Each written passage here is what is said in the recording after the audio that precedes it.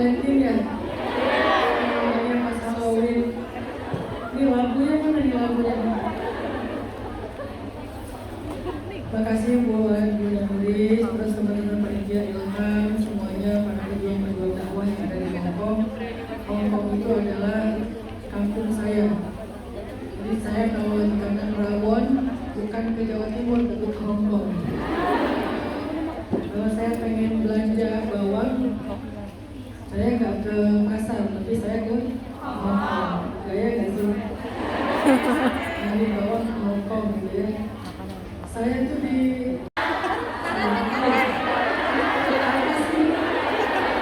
malah jadi konser. apa kita mau menangis itu rahmat Allah. Gak apa-apa kalau kita marah, gak apa-apa kalau kita terluka, gak apa-apa kalau kita sedih. Yang apa-apa itu adalah kalau kita larut dalam perasaan. Jadi bukan gak boleh menangis, bukan gak boleh terluka. Yang namanya disakiti ya, yang pasti terluka, mesti kita robot. Dan luka itu selalu butuh waktu untuk sembuh. Tapi walaupun dia belum sembuh, bisa nggak kita ikhlas? Ya, saya terluka, ya saya menangis, saya tapi menerima kenyataan ini. Masalah yang paling besar dalam hidup seseorang itu adalah ketika dia tidak menerima sebuah kenyataan. Akhirnya dia berandai-andai, seandainya kalau coba ya kalau saya kemarin, coba ya seandainya saya begini. Kalimat berandai-andai ini adalah wasawis syaitan. Ini adalah bisikan syaitan kepada manusia agar manusia larut dalam kesedihan dan tidak menerima kenyataan. Maka beriman kepada takdir yang pertama, meyakini bahwa semua kejadian ini adalah ketetapan Allah, semua kejadian ini adalah kehendak Allah. Hasilnya adalah saya terima. Ada rohnya. Karena sesungguhnya yang saya rasakan ini, kejadian ini bukan hanya tentang manusia, tapi ini juga tentang Allah. Kalau tentang Allah, aku ikhlas. Kalau tentang Allah, aku ikhlas. Tapi kalau hanya tentang manusia, bukan takdir Allah, tidak ada sulit untuk ikhlas. Saya disakiti, saya diasingkan, saya begini, saya begitu. Bukan hanya tentang saya, bukan hanya tentang dia, tetapi ini juga tentang Allah. Kalau tentang Allah, saya ridho, saya ikhlas. Itu pentingnya beriman kepada takdir. Semua yang kita alami, sebesar dan sekecil apapun, ada min qudratillah. Ini adalah kehendak Allah. Ini adalah kemampuan Allah. Ini adalah ketetapan Allah. Ini adalah takdir Allah. Kita terima. Ustaz, saya menerima ini sebagai takdir, tapi boleh nggak saya ngeblok orangnya? Boleh Ustaz. Boleh nggak? Boleh. Boleh. Karena kalau nggak diblok tambah bikin sakit hati. Nyetir. Emang bisa nggak pernah ngeblok orang? Blok sih ya. Orang kayak pol. Iya. Ya kan daripada orang Mengeblok orang dengan menerima takdir itu dua hal yang berbeda. Menerima takdir itu artinya kita menerima itu sebagai kenyataan, lalu kita ikhlas. Adapun ngeblok orang, unfollow, unfriend, left group, itu bukan tentang nggak menerima, tapi tentang membutuhkan waktu dan jarak untuk menyembuhkan luka.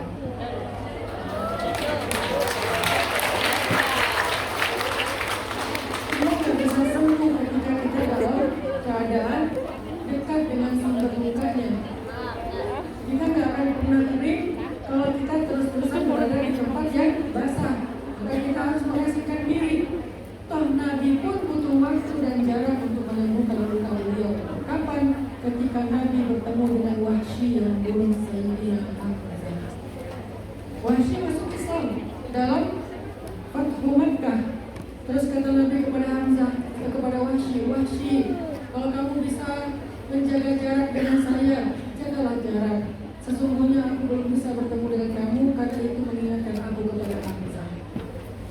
Bahkan Nabi yang sempurna, bahkan Nabi yang soleh, bahkan Nabi yang kekasih Allah istimewa, beliau butuh waktu untuk menyembuhkan lukanya tentang Sayyidina Hamzah.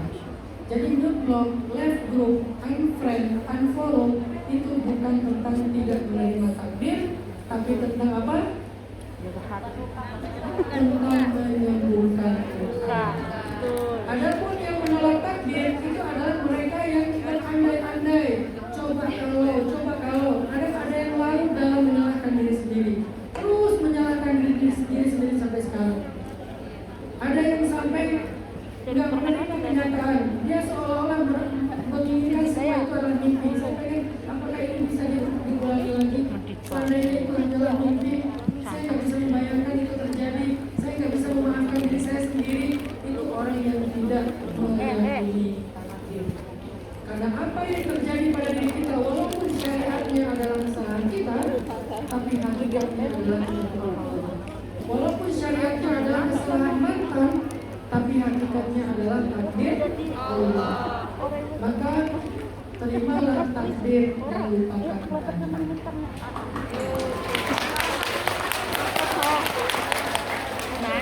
Yang parah itu menolak takdir dan ngepoin mantan. Menolak takdir dan mantan. Coba ya waktu itu aku kasih kesempatan. Coba ya waktu itu aku ngelangin. Coba waktu itu aku balas WA-nya. Coba ya.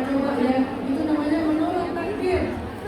Tapi sambil menolak takdir masih aja stalking IG man. Inilah penyakit alhamnya wal hazan. Makanya kita nggak pernah tenang.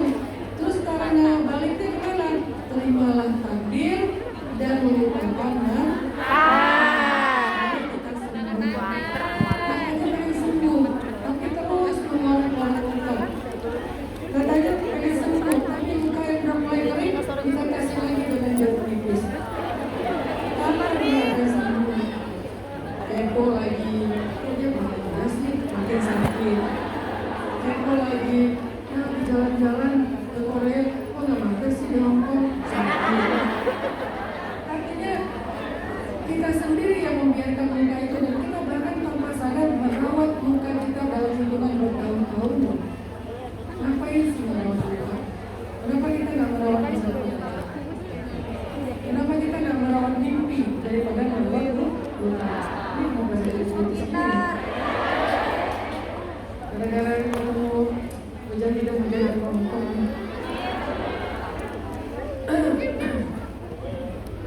Sampai mana tadi? Sampai saya Masya Allah, dikasih Pengen datang bahas tapi mobil.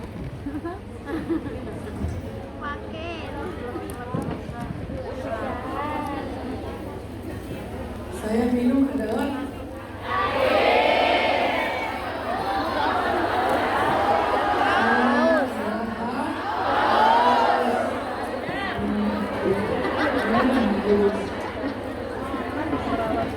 jadi kalau kita bisa meyakini semua kejadian dalam hidup kita itu adalah takdir Allah, outputnya, hasilnya kita akan menerima dan tidak mengandalkan dengan apa yang terjadi.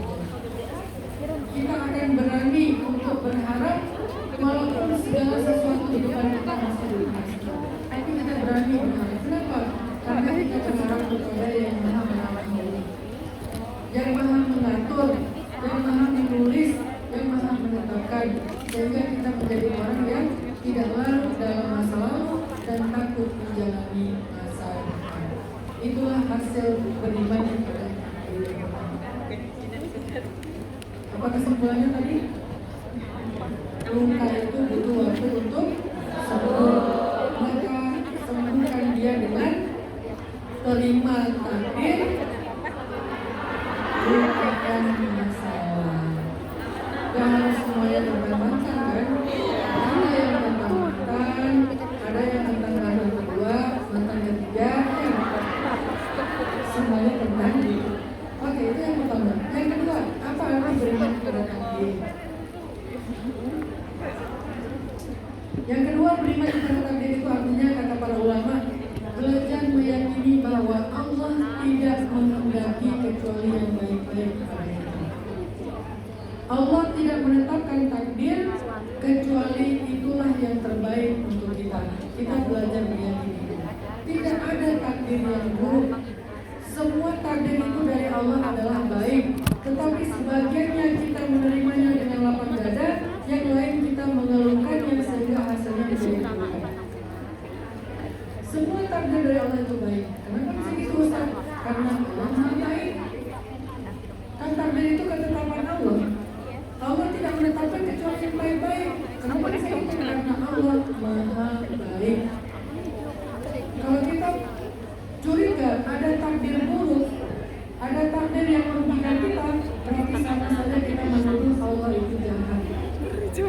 Sama saja kita maut yang memisahkan itu. Jadi Allah itu menggantikan gak langsung ada uang 1 juta yuk sakarung tunda nggih. Jadi panjenengan dikasih majikan baik itu adalah rezeki, dikasih majikan yang boleh sholat itu adalah rezeki. Nggih napa mboten? Dikasih majikan yang boleh kita untuk keluar setiap hari Minggu berjilbab itu pun adalah rezeki. Nggih napa mboten?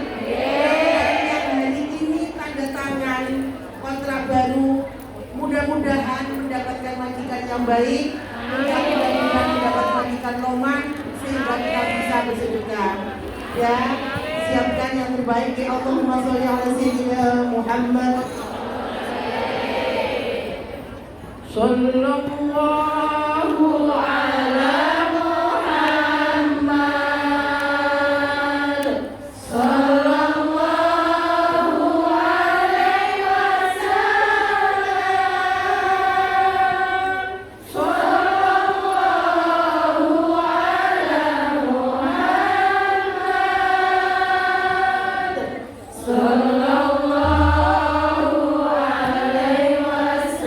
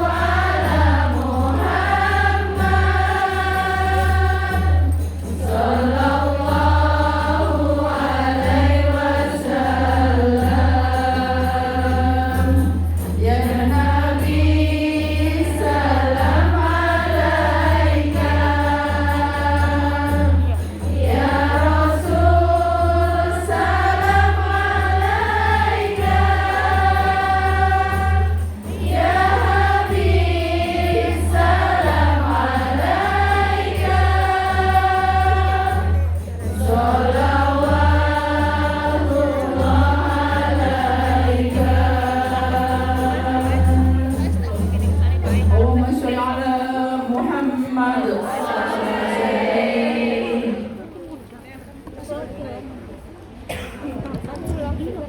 Ikhlas? Alhamdulillah. Emang anak-anak Hongkong itu kalau soal sedekah itu the best banget, ya. Walaupun kita kayak uang, ikhlas. Kalau saya diundang masuk wes tuku tiket, mang terkotak amal, ikut sorban sedekah. Orang sih boleh ngomong. Alhamdulillah. Matur sembahyun. I love you semuanya. Nah, kita lanjutkan. Yang mau bertanya ditulis, oke? Nanti kita nggak dibacakan semuanya ya. Jadi yang ada masalah tanyakan kita mumpung ada Ustaz di sini. Lanjutkan yang terjadi juga oke? Doa deh. Terus bangun semua yang fakta deh. Mudah-mudahan berkah dari panjenengan sama keluarga panjenengan ya. Kita teruskan ya. Kenapa konon? Baik, kita akan jawab beberapa pertanyaan yang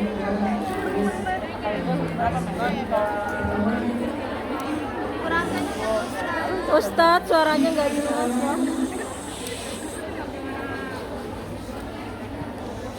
Jika seseorang bercerai lalu menikah lagi, nanti di surga pasangannya yang mana?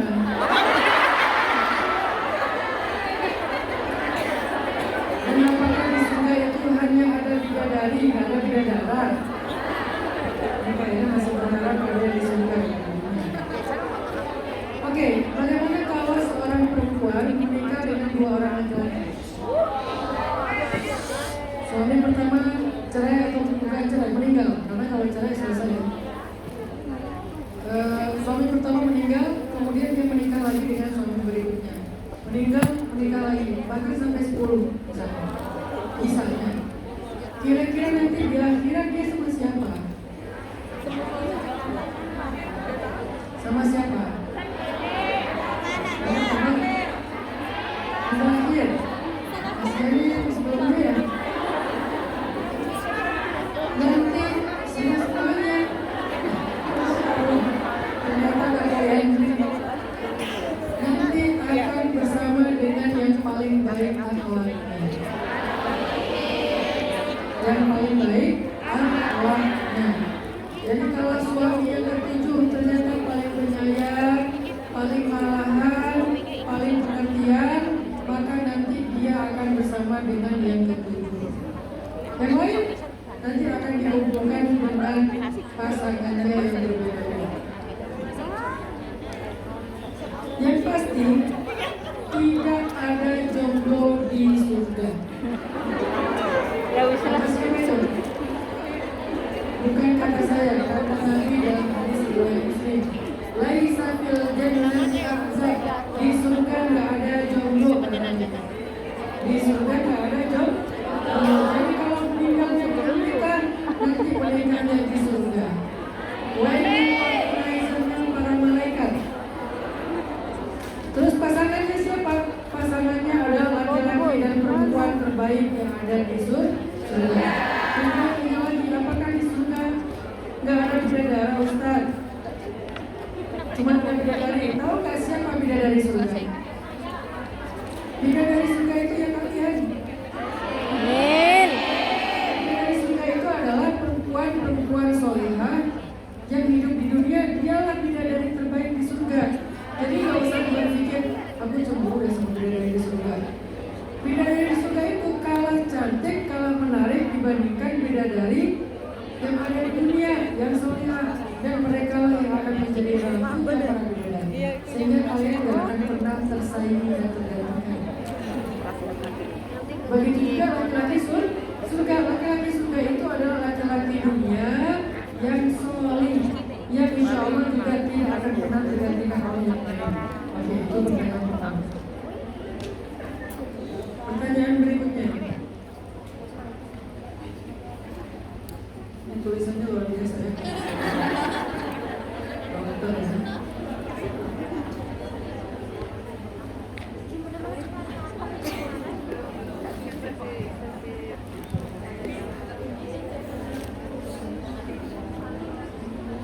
Bagaimana dengan perempuan yang sudah bercerai secara hukum tapi belum pernah ada kata talak dari suaminya? Apakah benar jika wanita tersebut menikah lagi termasuk perbuatan zina secara legal? Apa arti sudah bercerai secara hukum? Artinya kan dua-duanya sepakat. Karena tidak akan dihukum bercerai kalau salah satunya belum kecuali terjadi kezaliman. Maka yang menceraikannya adalah hakim. Kalau dua-duanya sepakat, walaupun tidak ada kata talak secara sorry, maka itu sudah jatuh talak. Saya ingin meminta solusi kepada Ustaz. Saya punya teman laki-laki. Kita sudah berteman sejak SMA. Ini teman atau teman? Sudah berteman sejak SMA. Saya tahu latar belakangnya. Berasal dari keluarga pesantren. Baru-baru ini dia menyatakan perasaannya pada saya.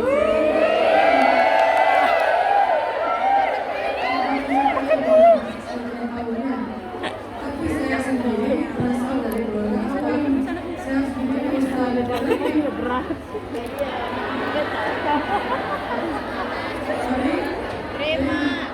Kalau datang kepadamu laki-laki yang baik akhlaknya dan baik agamanya, maka berdoalah. Kalau kita merasa nggak pantas, maka pantaskan. Kalau kita merasa belum bisa ngaji, belajar ngaji. Jangan hanya gara-gara merasa nggak pede, insecure, kita menolak rezeki. Apakah ketika suami meminta cerai dalam keadaan emosi bisa dibilang talak? Sekarang saya tanya, ada nggak orang yang talak dalam keadaan emosi? Talak yuk. Di mana-mana yang namanya talak itu pasti lagi emosi. Jadi emosi yang tidak dihitung talak itu adalah marah yang sampai kehilangan akal. Kalau tidak kehilangan akal, kalau kita tanya ini berapa? 2. Salah, berarti dia dalam akal. Padahal kalau dia masih bisa berhitung, dia masih waras, dia masih sadar, berarti dia belum kehilangan akal. Maka jatuh talaknya. Karena tidak ada orang yang talak karena lagi happy. Aku sayang banget sama kamu. Aku talaknya. Tidak ada orang yang begitunya. Yang namanya talak itu pasti lagi marah.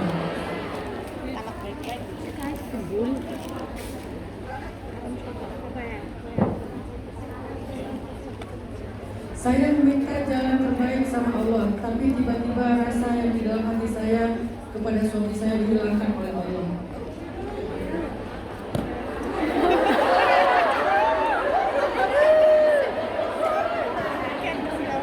Cuma saya nggak mau bercerai Ustaz, saya ingin bertahan karena anak. Apa sih?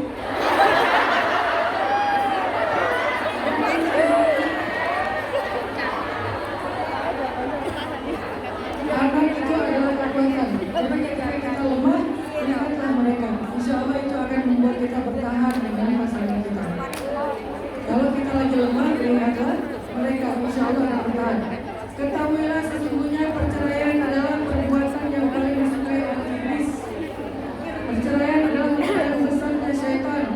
Kecuali perceraian yang darurat. Maka kalau kita bisa bertahan, bertahanlah.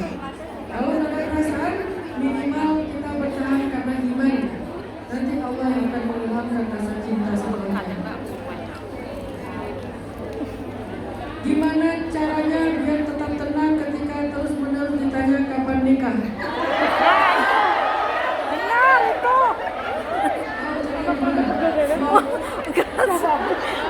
Sampai pegerak sendiri. Gak usah dijawab. Nah, dia kan jawab benar. Dia suka basa-basi. Kapan nikah? Tinggal jawab aja gini loh. Kalau ditanya kapan nikah, besok sore jam 5 gitu. Kalau ditanya lagi kan itu sudah ya, semuanya udah tutup lagi. Tidak harus dijawab. Ustaz, bisa nggak kalau kita lebih mendahulukan urusan dunia daripada akhirat? Contoh, kita nggak mau infak. Oh, ini yang tadi kita padahal ada uang, tapi lebih mementingkan urusan pribadi. Bagaimana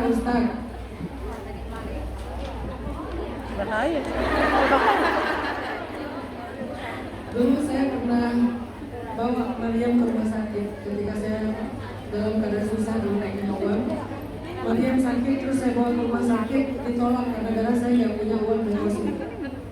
Saya lagi sakit keras, harus dirawat di UGD, tapi di rumah sakit dia ditolak gara-gara saya nggak bisa bayar deposit. Uang saya cuma 100.000, depositnya 3 juta. Akhirnya pulang saya dengan berlinang air mata, saya kecewa banget. Akhirnya uang 100.000 itu saya bagi dua, 50.000 saya beli obat di apotik hanya untuk menghilangkan panas, dan 50.000 lagi saya pakai sedekah. Alhamdulillah dengan sedekah itu kemudian besoknya berangsur-angsur Mariam sembuh. Gara-gara ditolak di rumah sakit, maka biaya kesembuhan Mariam cuma 100.000. Apa pelajarannya? Kalau kita punya hajat urusan dunia, maka tunaikanlah dulu hajat orang lain, Allah yang akan menunaikan hajat kita. Ustaz, bagaimana caranya melupakan masa lalu?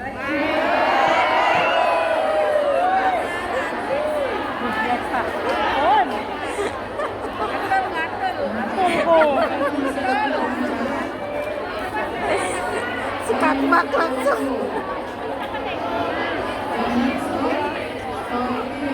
Jangan kepo. Tapi masih berlanjut. Terutama rasa trauma dan sakit hati karena suami pernah berzina dengan perempuan lain.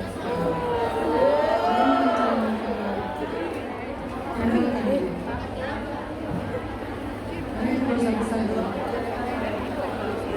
Ustaz, kemungkaran atau maksiat, nanti kalau Allah turunkan azab, bukan hanya ahli maksiat yang kena, tetapi kita juga yang bahkan ahli ibadah ikut menanggung azab tersebut. Kalau kita meninggal dalam musibah tersebut, maka kita meninggal sebagai orang yang husnul khotimah. Akan tetap mengenai kita. Makanya itulah kenapa kita disuruh untuk mencegah kemungkaran, karena itu akan berpengaruh pada kita. Termasuk kemungkaran di dalam rumah. Anak nggak sholat, orang tuanya kena. Keberkahan rezeki ayahnya berpengaruh. Gara-gara anak nggak sholat, begitu juga dengan dosa-dosa yang lain. Jadi dosa secara perbuatan maksiat, secara dosa hanya ditanggung oleh yang berbuat maksiat. Tetapi dampak dari perbuatan itu bisa ditanggung bahkan oleh orang yang sekitarnya.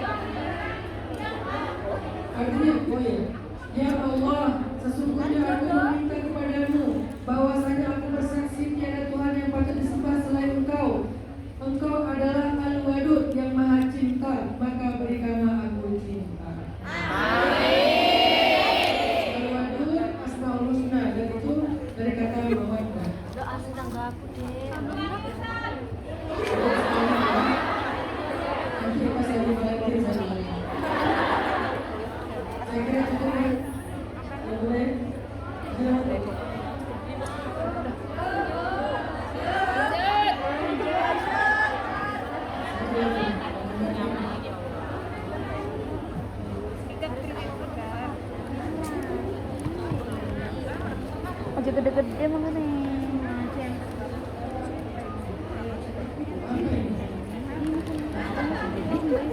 Ustaz pernikahan pernikahan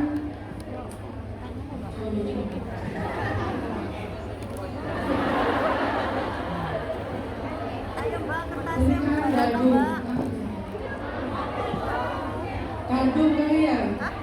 Ustaz pernikahan pelajar atau pemimpin dalam sosial keluarga.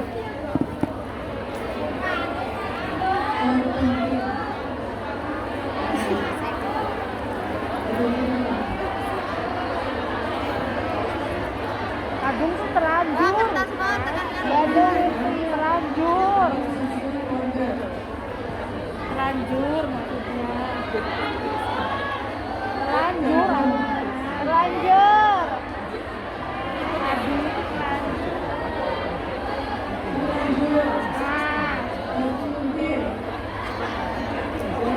terlanjur. Oh, menikah dengan sepupu. Iya sudah terlanjur menikah sama satu keluarga maksudnya. Iya, ada keluarga lagi. Ya kan nggak susuan, satu susuan kan? Nggak satu susuan.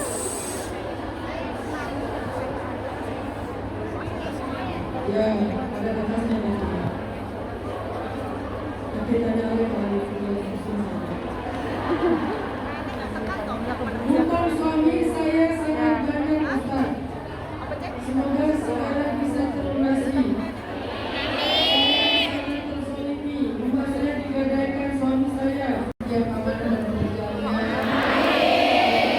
Keluarga yang ada di Indonesia Allah jaga dan menjaga. Anak-anaknya dijadikan anak yang soleh-solehah. Suaminya dijaga tetap amanah dan mencintai kita. Orang-orang dirawat oleh Allah SWT. Semuanya akan berkumpul dengan keluarga dalam keadaan terbaik insyaallah. Semoga semua diberikan Allah menjadi tamu Allah pada hari suci. Khusus buat Mas Teguh Budi Wibowo, semoga dimudahkan pelayanannya.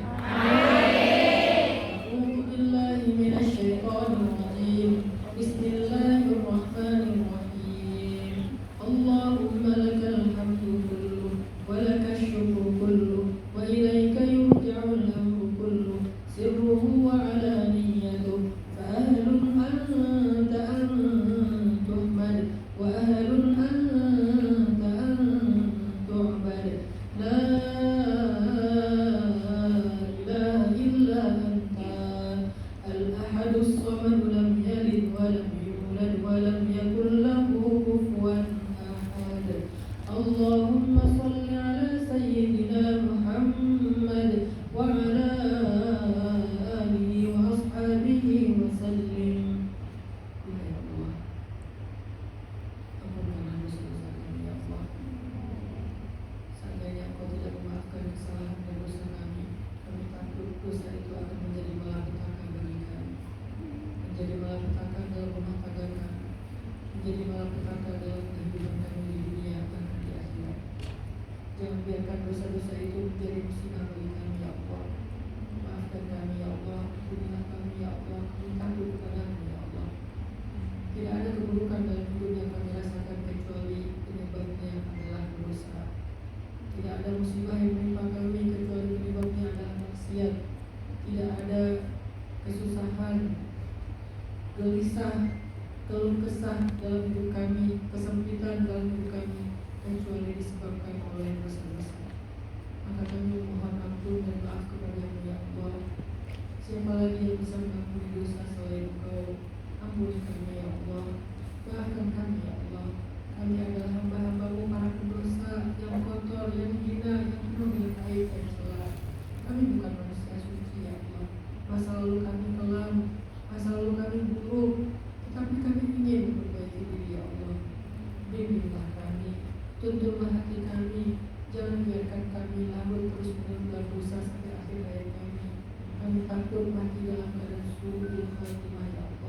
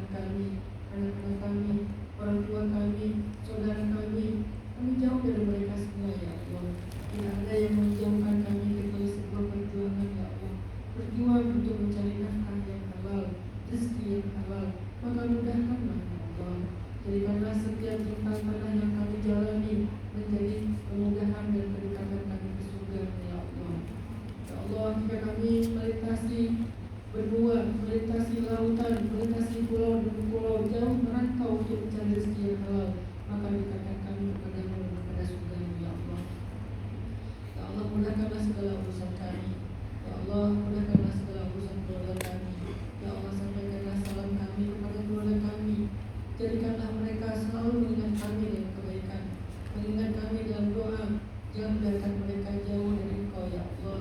Kami titipkan anak-anak kami kepadamu ya Allah. Engkau sebaik-baik menjaga.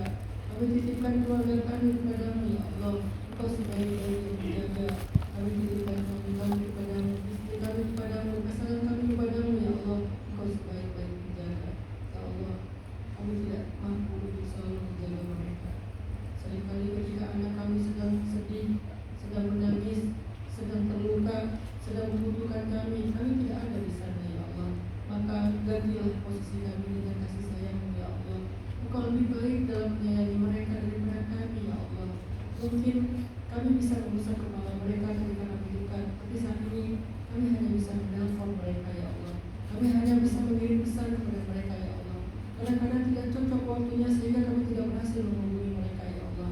Tapi Engkau selalu ada untuk mereka. Engkau membersamai mereka dimanapun mereka berada.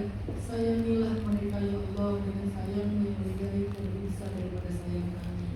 Kami titipkan keluarga kami kepadamu ya Allah. Ya Allah, mudahkanlah urusan kami agar kami cepat bisa kembali kepada mereka. Dan tidak ada yang lebih sempurna daripada keutuhan rumah tangga dan keluarga. Ya Allah, ini bukan pilihan kami. Kami tidak senang untuk bisa sampai di sini ya Allah. Tetapi ini adalah sebuah tuntutan, sebuah kebutuhan. Maka cukupkanlah kebutuhan kami ya Allah.